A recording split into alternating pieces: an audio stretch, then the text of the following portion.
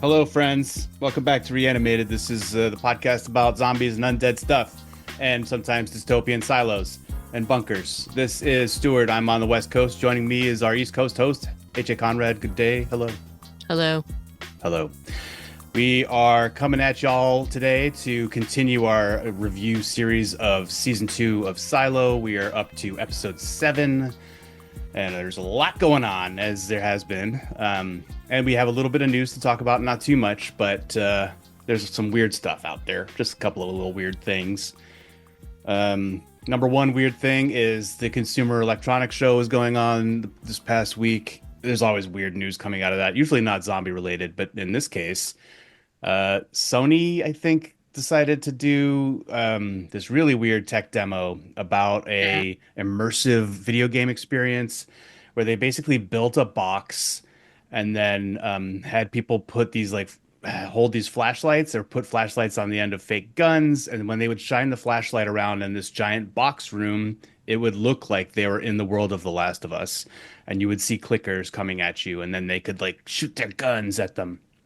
What looking at this, I mean, granted, we're looking at a 2D depiction of Right. it, and they're in this more quote unquote immersive experience. Did it look immersive to you? No, it didn't. It looks very flat.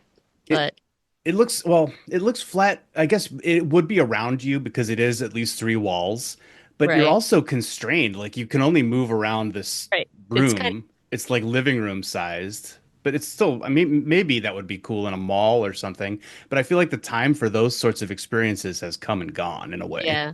Yeah. Because I also feel like there's so many things that are so much more expansive, so it felt weird, but cool. Yeah. If they All put right. this into Google goggles or one of those kinds of things, this could Maybe. get super cool. But just in a, yeah, this felt, I mean, it looks pretty realistic, like the clicker stuff, the background environment, that looks interesting.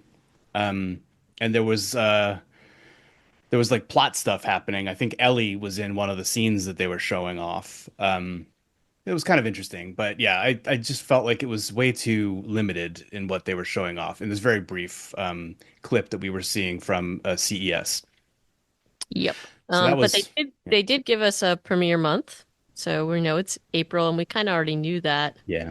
but you know, That's there's coming up then. I mean, we're like halfway through January. yeah, but it is a much shorter season. It's only 7 episodes from what I understand. Yeah. Well, it's So the last one was what, 9?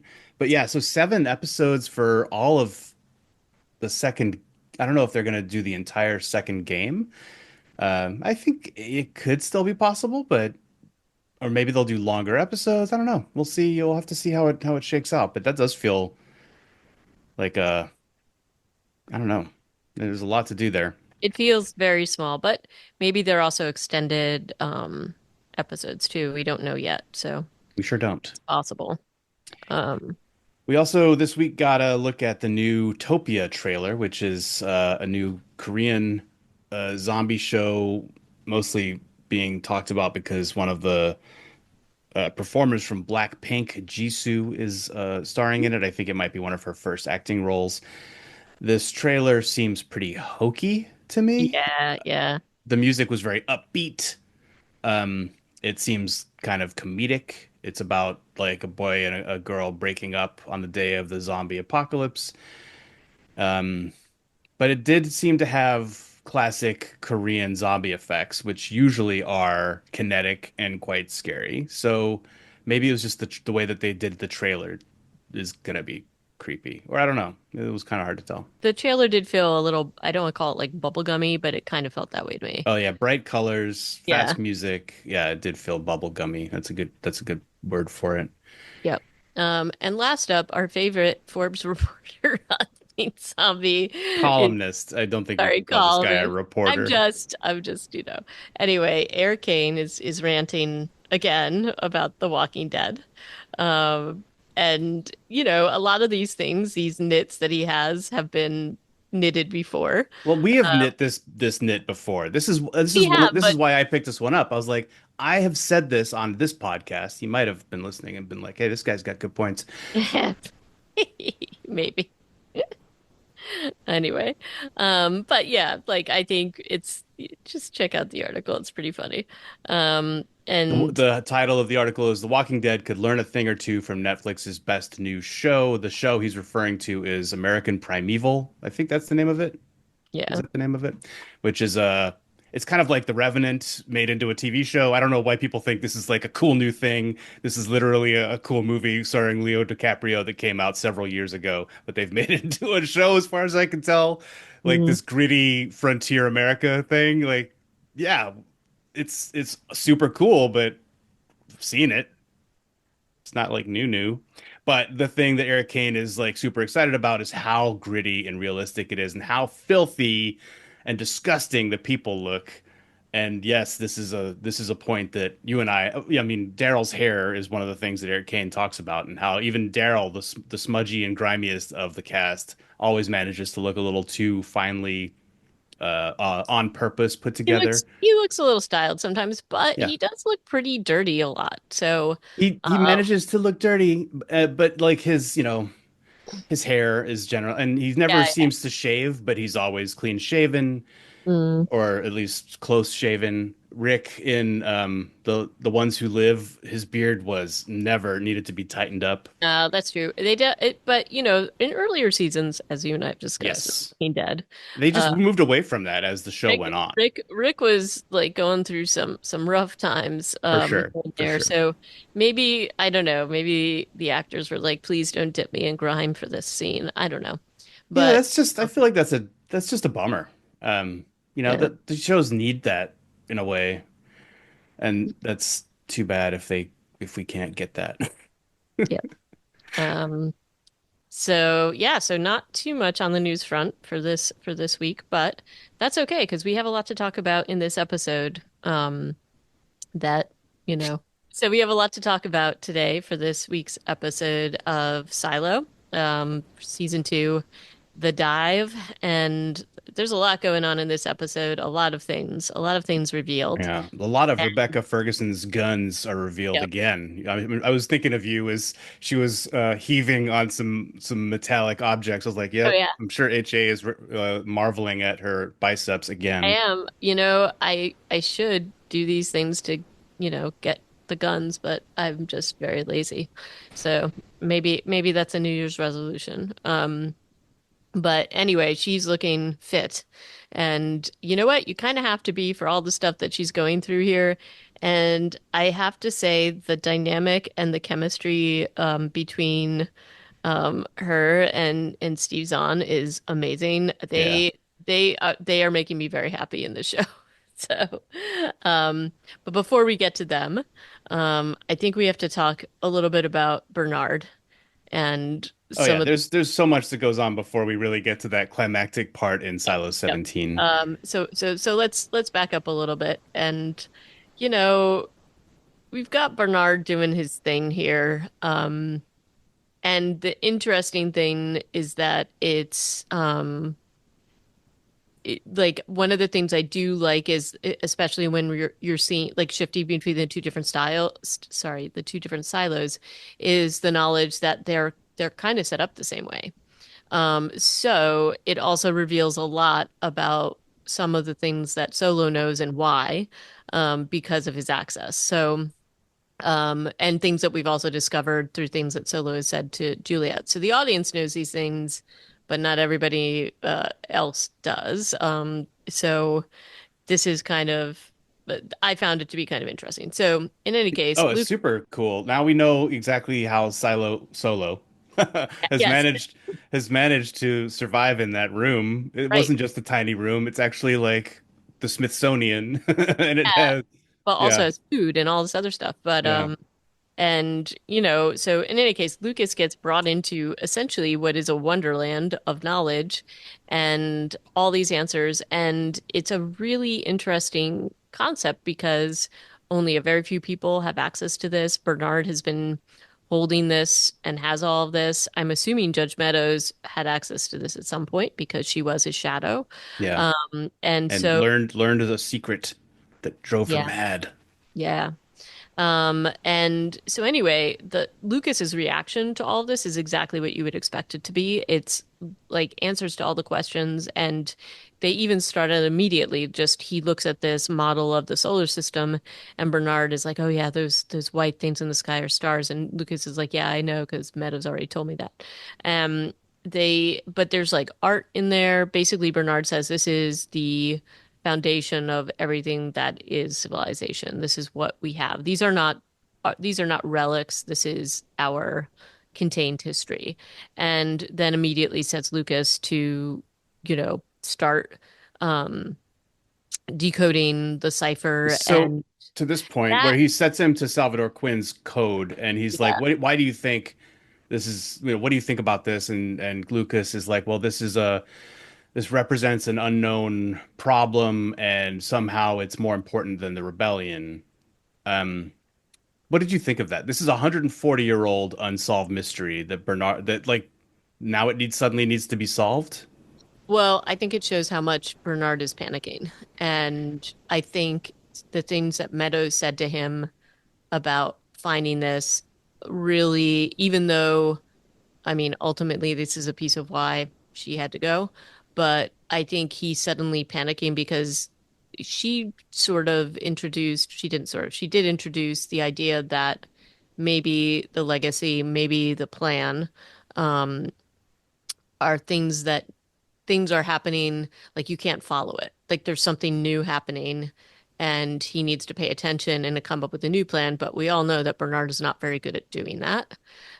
But I do think that the loss of Meadows, even though it was at his own hand, has put him into a bit of a panic and a tailspin. Yeah, And things are happening that he doesn't know how to deal with. Though I think, we talked a little bit about this. His sort of now faith or not faith manipulation of Lucas in this role versus Sims, like he still wants to control that information and power, and I think he thinks he has more control over Lucas, which he's probably right. it's really interesting what the kind of the parts of his personality that we learn about in this episode, where he but especially in that conversation he has with Sims later, but he talks about curiosity as being an important characteristic for his role or his shadow. So he considers himself to be a curious person, which kind of goes against what we consider to be his central sort of character tenet, which is dogma in a way. Like he is so driven to follow procedure and protocol, but he also considers himself to be deeply curious. And when he's talking to Lucas Kyle about how he looks at the legacy and the history goes back, what is it, 352 years? And then Yep. there's nothing before that. And there's no explanation for why they're in the silo. And there's no explanation for anything else outside of their existence. Um, but he's clearly like dying to know more. So I guess it is kind of interesting. Like he is following the letter of the law to the letter, but he absolutely, and I guess this is where he's putting Lucas to this job. When he finds out that there might be more to it, he's like, this is the most important thing. And the rebellion, while it's super important, and when he hears about this Delta event while he's in this, when he's in the middle of this conversation with Lucas Kyle, because they have an AI in this vault that talks to them. When he hears the about this Delta event, which was this rocket that mechanical shoots up the shaft of the thing, he runs out to take care of it. But clearly, this is a huge deal for him, is to find out the secret of this mystery. Right. But he's still doing his things to control information. He's Yeah, controlling like every these last three episodes, he's all over the place all the time, isn't he? yep. He's busy, And busy guy. he's busy, and we see this in every interaction with every person. So, and we see like just he goes to after the Delta event because it's the fact that it's gunpowder, but they use it for, disseminating this message, this subversive message to have people question IT. And indeed it works because IT's power doesn't go out. He immediately runs to like try to turn it off and makes up some story around that. But he then immediately goes to Carla and like he's still keeping information from her and she basically tries to do a quid pro quo and is like, I just want to know how my friends are doing. He's like, no. Yeah, that was And a it, weird scene. yeah, What do you feel like that did for this episode? It shows that she's still alive. It shows she's still alive. It shows that he still has power over her, but also that she's in the dark about what's happening. Eventually, that's going to come to a head. We know that, but I'm sure he'll come back to her at some point. But I do think he wants to show power and control. She's a linchpin for him, or at least some kind of leverage for Well, him. it comes into clarity because Walker also kind of unfortunately shows her hand She does. in this episode, and Amundsen proves his worth finally by discovering that they had a relationship because Yep. there's a video evidence of them holding hands, and now Bernard knows that he has leverage Yep. over Walker, who is an influential figure in the Down Deeps. So this will be um, this will have ramifications. Yeah. Right. And so and we see, like his interactions with Sims, his interactions just overall, I mean, he's definitely panicking, but he still feels like he has some control. And and obviously is doing that. And we see this even in when he's not in the scene. So, he's got spies everywhere. He has people he pays off, whether that's through him, but I think it is through him, versus through, because I don't think Amundsen is so like I don't think Amundsen is sending those messages down to Mechanical. I think that's all Bernard, right?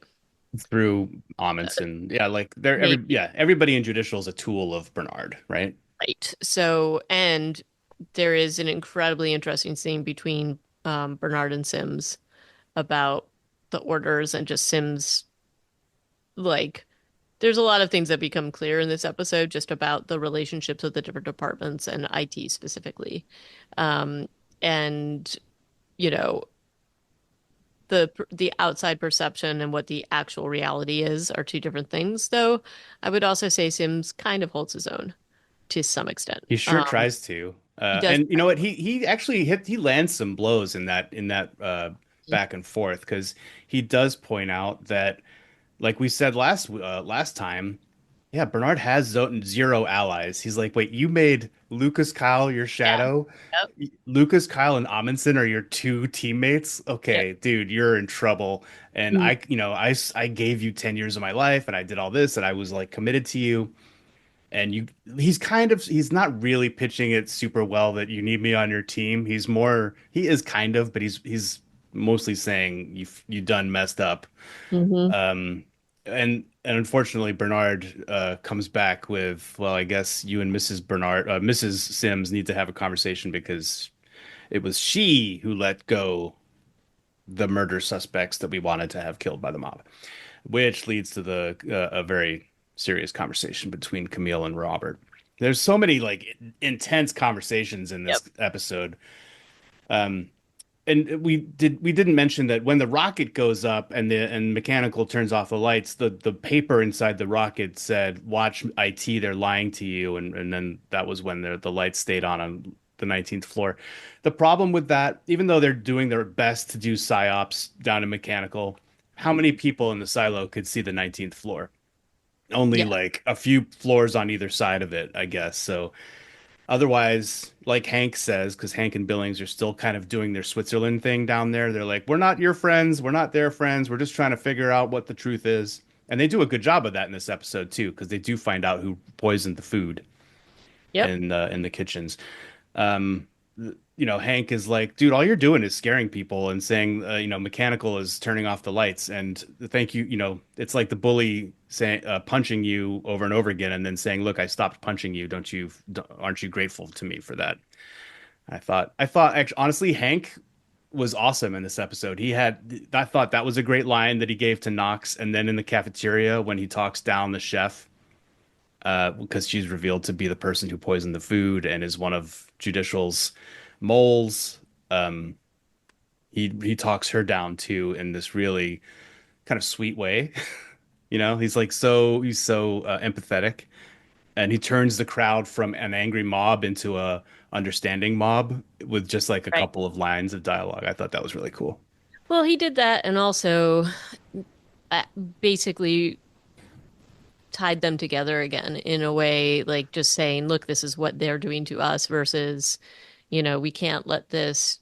internal Yeah. strife. Like look at the blackmail and look at what they were trying to do. And I think he put a truly human face on what was happening because um I forget the name of the woman that was responsible for the poison, but her mother is on another level that and they were basically threatening her and threatening not like caring for her because her mother's ill and like that's he basically puts this into a very human thing and also makes again draws a line and explains like this is what they're trying to do and it's a really persuasive moment. And then when Knox comes in after Hank has defused the situation, Mhm. Knox comes in. The chef is like defeated. She's basically admitted. She's like, my mom, they would have killed her. She's in medical. She has conditions. They're going to withhold her medication. Please Mhm. don't kill me.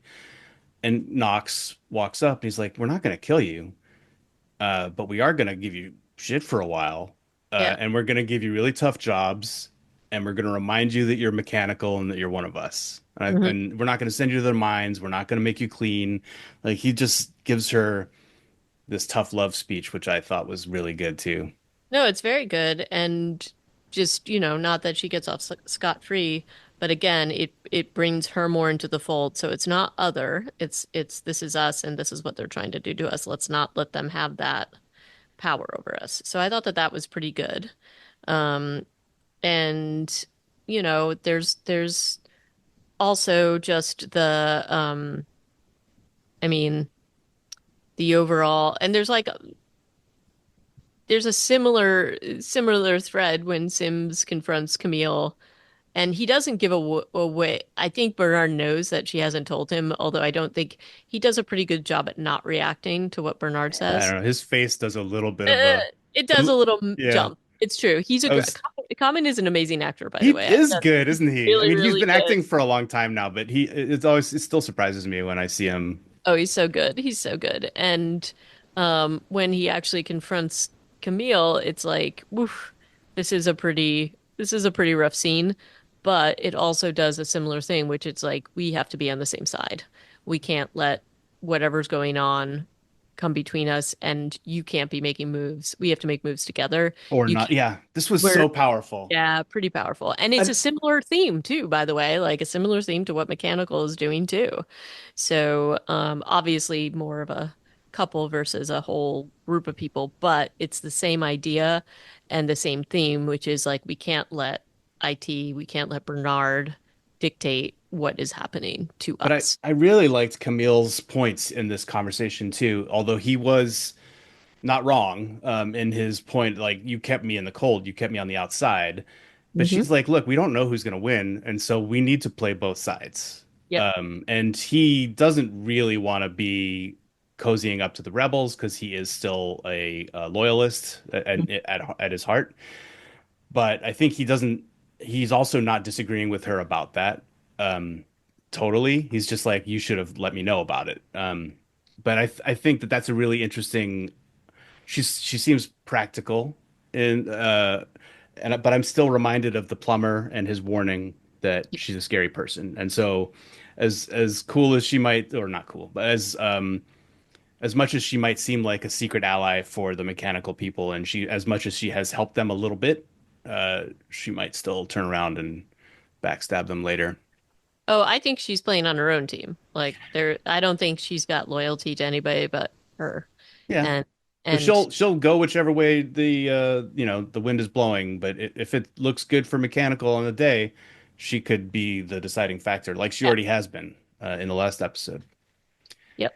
I thought though, yeah, that was a really good scene, and it wasn't. I thought it was going to be scarier, but she knows the score as soon as she walks in and sees him, and she's like, "Oh, you talked to Bernard."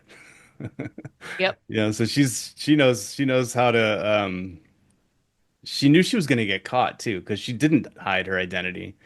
Nope. Like, I'm surprised that it took as long as it did, but Yeah, and I'll admit to you, I was a little surprised that she didn't just tell him what she had done because that felt a little weird. So that's the one part where, to your point, the plumber saying she's a scary person, and even a little bit of her explanation to Sims is one that I am slightly skeptical of.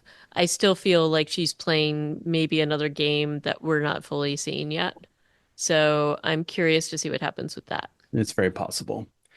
Um, Um, the yeah. yeah. So the I think we already talked about the how Bernard accused Sims of having no curiosity, which I kind of did go over that. But I thought that that was a weird sort of thorn to dig into Robert Sims's confidence Yep, when he definitely. was, yeah, he's just like, look, I'm not going to give you this warrant. I don't know why. Uh, what's his name? Bernard even he doesn't even need a warrant for McLean, but he's just But it's the appearance of, perception and the appearance of it. yeah, it's a little silly. He also has made a speech to the sheriff, what's left of the sheriff's department who are up top. There's a couple of people who I think whose names we're supposed to know who I do not know. Yeah, and Um, they're people that we've seen a little bit, but I don't know yeah, what their names are either. yeah, I it's also that one think, lady who was Juliet's secretary who then quit the yep, sheriff's office. We've seen her a few times now. She's had speaking roles, and this one other lady who's a sheriff who escorted the mechanicals up from yep, below before. And they're in the crowd. And Bernard is saying, Sheriff Billings has been taken hostage. She's being made to say these things. That's why I've shut down the radios. You need to keep keeping the peace. You're doing a great job. We're under attack. This is terrible. You're doing great. And that lady, the secretary lady, is like, what about why did IT have power after mechanical shut the generator down? And Bernard goes, mechanical controls where the power goes. He had it ready to go. He you're was, you're totally ready, and it was really quick, so it was all right. yeah. But she and the other sheriff look at each other, exchange a glance. I don't know. We'll see. We'll see how this shapes out. I think the scene was to show us that there are still people up above 130 or 120 who are not sure about what's going on up there, which is of course there aren't going to be. And that's good. Yeah. They are definitely skeptical, and even their looks, the sort of mumbling in the crowd, it wasn't just the looks, it's sort of there's a little bit of discord going on. That is indicative that he doesn't have quite the control that he did before. There is skepticism. I do think that the mechanical note did a little bit of what it was supposed to do. Hmm. But we also saw a little bit of discord related to that down in the down deep with Knox and Shirley and Hank and Sheriff Billings because they're kind of like, people are you have to like get allies. You can't divide people by showing that you have all this power over the power in the silo because it freaks people out. And, I don't necessarily agree with them because I do think that some of the skepticism that we are seeing in the levels above are because they did this. Um, and of course, trying to show that IT has their own power source was probably a part of this too. Yeah, So, so I don't necessarily agree with Billings and Hank on this, but I also get their point, which is like you don't want to show your hand too much, right. or you don't want to show you have this particular power, or it's going to freak people out and bad things are going to happen. So we'll have to see how that plays out. Yeah, and we'll have to see what other moves Shirley and Knox can keep coming up with. We can also point out that they kind of diffused this like network of listeners in a way that Judicial was maintaining in the Down Deep, or at least part of it. There was a dead drop that they were getting notes passed through. The Hmm. chef was part of that. So was this other guy. They still haven't at least unveiled Diego's aunt, as far as we know, Hmm. who has been passing messages to him directly in surveillance. Yep. But the at least some of this network is getting dismantled, which feels like a lot of progress too, because this is one of the last ways that Judicial is getting information out of this camp. So that does feel like a lot of progress. So while they are sowing discontent up above, they are kind of like shoring up their situation down below, which is like progress for the good guys. That's cool. Yeah. Um, But now I think we're ready to talk about. well, let's just finish up in Silo 18 with what Okay. Lucas Kyle. there's a few different scenes of him like running around in this Yeah. library, talking to this AI, looking at his iPad or whatever it is, going, "No, that's not it. What is it? Okay, maybe it's numbers." And then he finally busts into Bernard's office and says, "It's numerical. It's about a book. It's Mhm. about this page of this one book." And Bernard's like, well, "Okay, have you looked in the legacy, like the whole library of the Smithsonian that he has?" And he's like, "It's not there." And then Bernard's like, "Well, then you're wrong." He's like, Mhm. "No, well, it's a relic." So now they're, I feel like this is a real tricky one because they've been Yep. regularly destroying relics in Yep. Silo. So this book could have been burned a long time ago. But Bernard gives him the Wizard of Oz, which was Mary Meadows's personal copy. So we'll see what is on that page and if that's going to be the key for Salvador Quinn's encryption, I guess maybe in the next episode. I suspect yes, because of how many times how many times Meadows referenced it. Oh, So I yeah, think possibly since yeah, and she's been sitting on the secret. right. And so I think that that's probably what's going on. But we shall see. Okay. Now back Now, to Silo 17. Um, so many things going on here.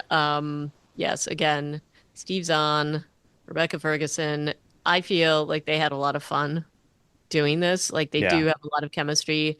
And I think that they strike a really good balance because and Steve Zahn does such a great job with this character where it's like he has like so much knowledge and now we know where he got that knowledge from. Hmm. But the way he delivers it is so like rambly and sort of like stream of consciousness and he's definitely there's lots of issues going on with him that for her it's like she takes a lot of what he says at face value, but there's also a little piece is like, is he really giving me real information or not? Like there is definitely an unreliable narrator kind of thing going on. um but they're interact like she's so incredibly frustrated, but she knows that she has to like rein it in to be able to get back to her silo. And but there's moments when it just totally comes out. So he is I really like these early conversations where she just refuses to do the job and he yep, basically has to plead with her to do it. Where yep, she says, I'm gonna go back to Silo 18 and save them. You still got time. And then he comes up with like four or five reasons why that could like hmm fail. Like she could run out of oxygen, they wouldn't let her in, and then she'd run out of oxygen before she could get back. They would kill her. They would let her in, but then not let her out again. Like yep, all these reasons why it would actually lead to his death. right, And she has to kind of concede, like, yeah, any one of those is more likely than me being able to get back here, probably. yep. So she does eventually give in, but not before like many back and forths between them, where she's like, "Why don't you do this? I'm terrified of this." And he's like, Well, "No, you're the engineer. I'm like a loser and I'm not capable." yeah, one of the best conversations that they have is, because they're going through all the logistics, and this is not an easy thing he's asking her to do. Yeah. But, and he's trying to like give her, because he also cares very much whether she's mad at him or not, or whether she likes him. And so that's like this thing where he's done this. He's basically holding her hostage and she's frustrated. He knows it. But he's also trying to be helpful because he thinks he's like, hey, let me share this knowledge. It'll be great. But when he shares the knowledge that he has about the bends, that is like the best possible little interaction. She's like, no, you go and do this. Why should Yeah. I do this? Like, this Yeah. sounds horrible. He's like, because you'll die because the bubbles will explode in your bloodstream. And her face is amazing. This is really just so wonderful. Anyway, um, but they do have I mean, things. she has the bends now, right? I don't know.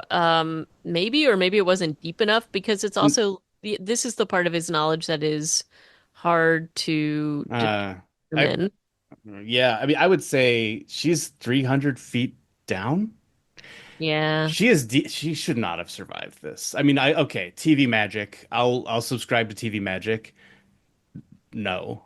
Yeah, No okay. way in hell has this lady who's been living inside a sooty Yeah. generator room. Her Gonna lungs are yeah. shot. Yeah, She yeah. does not have the lung power to swim up Oh, that yeah, no. Oh, without far.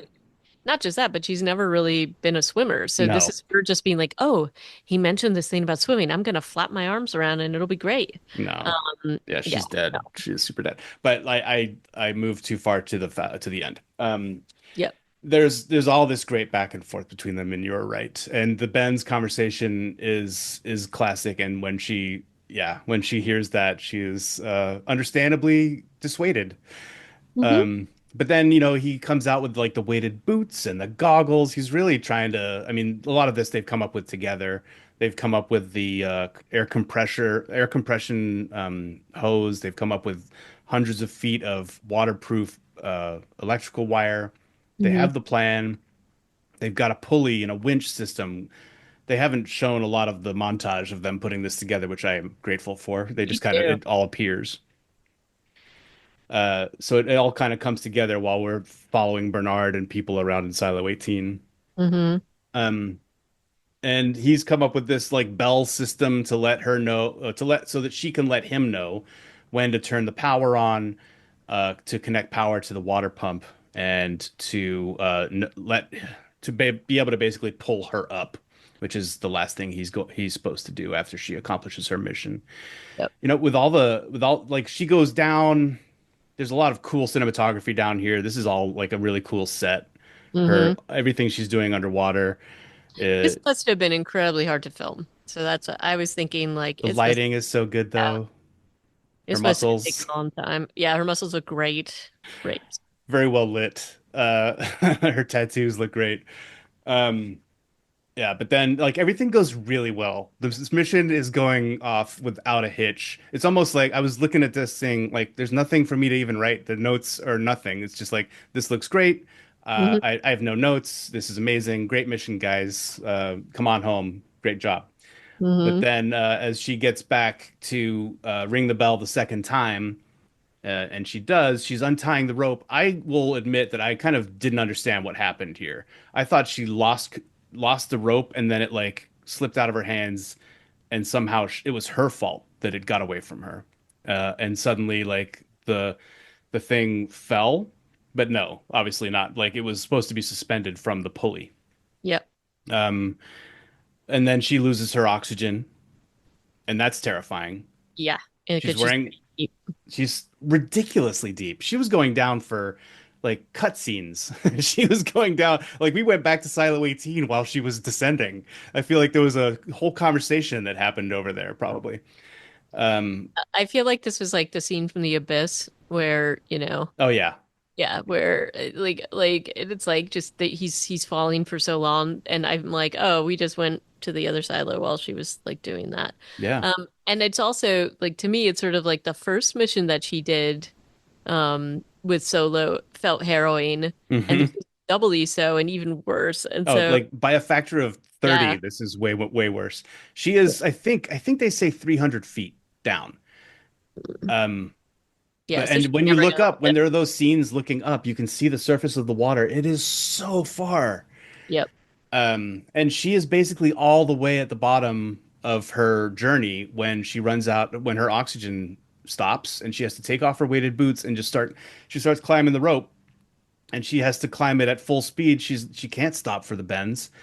I don't remember what the math is on that, but every 33 feet is one atmosphere. And I think you're supposed to like stop if you're down for a certain number of minutes. You are supposed to wait for like 5 minutes at certain certain depths, to let your body readjust. And she certainly doesn't do that. And then by the end, she's just like you said, she's learned how to swim really fast, and She also doesn't have a choice. she's power swimming to the top.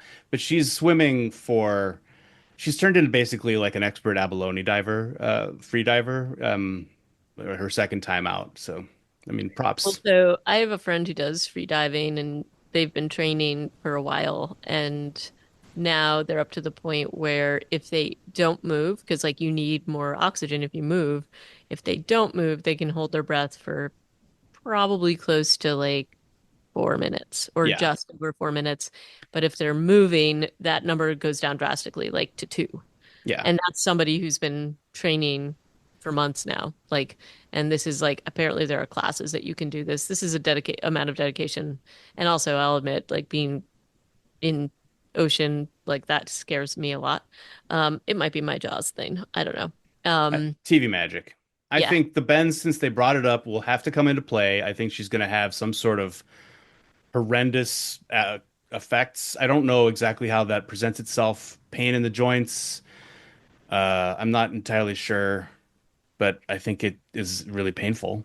Mm, But so she surfaces, gasping for air, as you might imagine, because she's been swimming up for it feels like an hour, but I'm sure it was only seconds, but it was a long distance. She climbs up to the catwalk where the winch and everything was, and oh no. She's at first, I think she's mad. She's like, "Gosh darn it, Solo, you left me. You tried to kill me after I did this thing for you." Maybe is what she's thinking. I'm not. She does not saying any of this, but that's what was going through my head. yeah. Um, and then we see a hatchet. First, we see a hatchet on the floor, And and then blood. then there's some blood. Then there's an arrow, and then there's more blood, like a blood trail. Yep. And you're just like, oh no. And then we get another one of those third person shots from When over a it does, balcony. and it does very much feel like someone's watching And her. it So, it moves just a little bit. yep, Yeah. yep, yep. I And thought of so you when I saw that. I was like, ah, there it is. yeah, now there's gonna be a whole tribe of like weird troglodytes living in there or something. Or not. Either way, uh yeah, all of my fears were realized. Mm. And they've been making so much noise that like all Yeah, that screaming not about like I'm a loser, you have to do it. Like Solo does not have an inside voice. He's no, only yelling all the time. he only likes to yell, and And um. he was very much convinced he was the last one there because he was yelling about how he was the last one left. So he was, but remember, like his concerns about coming out. Like he's Yeah, still worried there might be somebody, but maybe he's gotten more confident as he's been outside. So maybe, yeah. But initially, he definitely was worried about other people. So that's true. yeah, He was very concerned a few times about whether or not he locked the door and how it's his right. responsibility. Yep. So yeah. Gosh. So that's a cliffhanger to end this on. If Yeah, everyone's on. what a place to end an episode. I am really concerned about what's going to happen to her bones, her Yep. blood. I I, don't think they're going to give her the bends. I think that just, you think that's just going to go away, even though they totally brought it up? yes, I do. But maybe I'm wrong. But I mean, you can't really survive the bends. You just die. So, as far as I know, right? Now I'm gonna have to look this up. Yeah, But I feel like you don't, there's like once that happens, I don't know that you're okay. So, um, pain ranging from mild to excruciating in your joints, in your skin, itching, in your brain, confusion, memory loss, visual abnormalities, in your spine, badness, paralysis, headaches. I mean, it's all bad. right. But you can't survive it though if you have it, right? Well, the most common symptoms are joint pain. I don't know. Let me see. I'm not going to get into the depth, the real prognosis stuff. All right. Well, I'm gonna figure it out for the next time then. Yeah, I don't think they have an isobaric chamber to put her back into to help her with her bends. So Right. she might just have to go back underwater. I'm excited to talk about next week's episode once we watch it, and we'll see what happens there. And lots of mysteries that I am looking forward to seeing the resolution of, which I don't know if they'll go there this one. I feel like they're going to slow things down a little bit and really tease it out. But we'll see. How many episodes are left? I think we're two behind right now, right? Yeah, so there's 10 in the season. This was 7, so there's 3 left.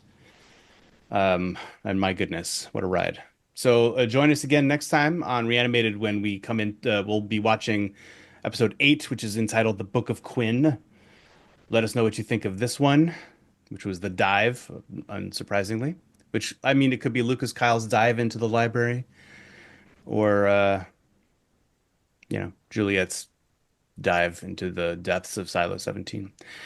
Yep. Reanimatedpodcast@gmail.com. You can find our episodes online at Reanimated Podcast. Nope, at reanimated.podbean.com.